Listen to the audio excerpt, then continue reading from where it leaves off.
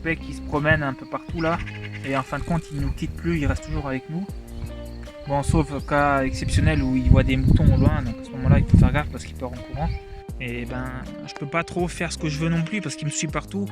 Et si je vais dans le haut-vent chez les semis, ben il va les manger. Mais autrement, si je m'allonge dans le transat, ben, je suis sûr qu'il reste là dans le coin, ou alors il va un peu plus loin brouter. Et après, il revient quand il en a marre d'être seul. Comme là, maintenant, il part. Et il va revenir dans, je sais pas, dans 10 minutes. Bon, je fais toujours gaffe de l'avoir à l'œil, bien sûr. Bon, bah les amis, il était devant l'enclos là. Et il réclamait à rentrer. Enfin, il réclamait, c'est-à-dire il essayait de le soulever pour glisser en dessous. Pourquoi faire? Pour faire son taf.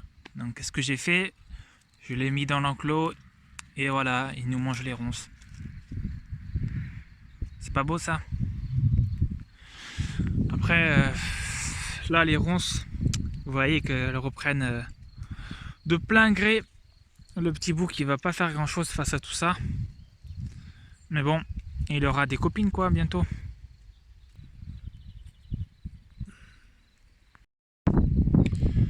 Là on voit super bien que la mare elle a comme un écoulement ici.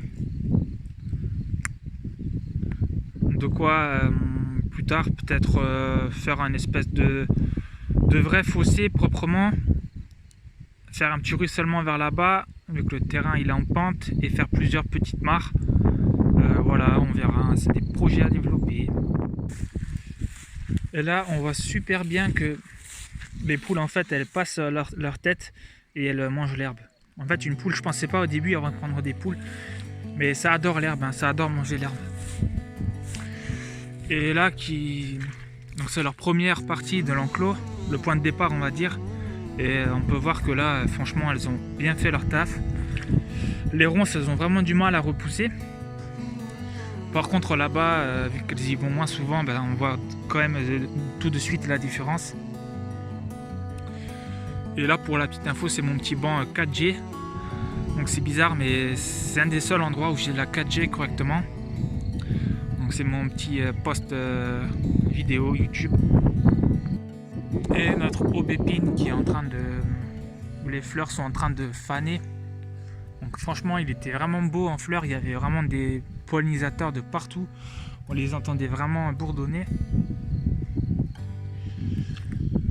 Après, je sais qu'on peut greffer sur un aubépine style des cognaciers, des poiriers, du pommier. Donc c'est super intéressant d'avoir ça chez nous. Oubé, oubé. C'est le vent. Et là, le potager inondé. Donc, heureusement que j'avais buté un petit peu. Enfin, par chance, oui, non, je le savais un petit peu qu'il fallait buter, mais il n'y a que les allées qui sont inondées.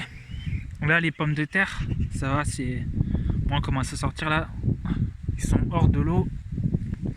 Là, il y a la tonnelle que j'ai réalisée en bambou et en cueillage. Là, on fait pousser des pois.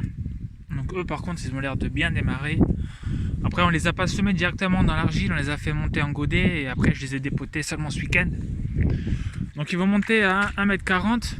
Et là, à chaque pied de bambou, on va mettre du melon. Donc, nous, on a commandé, on a en godet là 3 variétés de melons: charentais, melon de Kajari. Et la troisième variété, c'est un melon tout jaune, je ne me rappelle plus trop du nom. Et là, on va mettre des haricots qui vont monter jusqu'à 2 mètres. Je vous mets la variété là, je vous l'affiche. Et là, les lentilles, ben, chez nous, ça marche pas trop en fait. Donc là, le problème, c'est que maintenant, ils sont dans l'eau. Donc eux, c'était pas assez buté. Et j'ai l'impression que depuis que je les ai sortis, ben, en fait, elles poussent plus. Donc est-ce que c'est lié au fait que la terre est vraiment trop argileuse, ou à quoi ça peut être lié quoi. Autrement, on a nos premières fraises. Voilà. Ah, je m'enfonce dans la gadoue. Fraises gariguettes. C'est pareil, il y en a qui sont abîmées, c'est juste horrible. Donc j'ai depuis peu mis des pièges à limaces comme ça. avec de la bière, puis elles tombent dedans, elles se noient. Enfin, elles vont dedans d'elles-mêmes, hein, avec l'odeur qui les attire pas mal. Là c'est pareil, avec de la récup. Donc il y en a une là qui ressort. Ah, il y en a déjà qui sont en décomposition, des limaces. C'est juste dégueulasse. Genre il y avait une quinzaine de limaces le premier soir où on l'a mis. C'est dégueulasse. Mais ça fonctionne un peu quoi. Là les amis, je suis en train de tester pour la première fois de ma vie un purin d'ortie. Donc en fait j'ai regardé une vidéo YouTube où le mec il explique qu'il faut, par rapport aux recettes traditionnelles qu'on connaît tous, il faut garder les orties dans un contenant fermé tel que j'ai fait là, et ça prendra de 1 à 3 semaines que la macération soit faite. Donc là d'après ce que j'ai vu dans sa vidéo, j'ai l'impression que chez nous ça fonctionne, mais on va encore attendre, hein.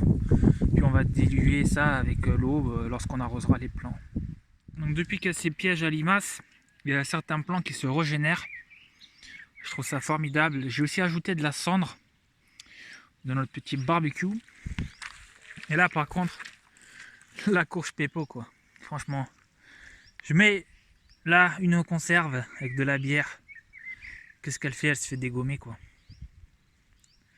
Défoncée quoi. Donc heureusement qu'on en a une deuxième au vent.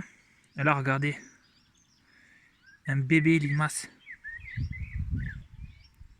Franchement il y en a partout. C'est même pas forcément les grosses limaces qui font le plus de dégâts, c'est même les petites, hein.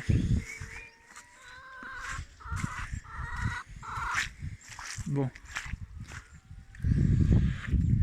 il y en a un qui explique, un youtubeur autrichien que je suis, Robert Huck, je ne sais pas du tout si vous le connaissez, enfin je pense pas. Il explique que ce serait bien de mettre un potager, que c'est bien de mettre un potager dans un enclos à poules, car franchement elles sont tellement voraces qu'il y aurait vraiment très peu de chances que vos limaces atteignent le potager quoi. C'est pas bête du tout en fait. Non mais elles se battent pour du poireau alors qu'il y en a tout plein quoi.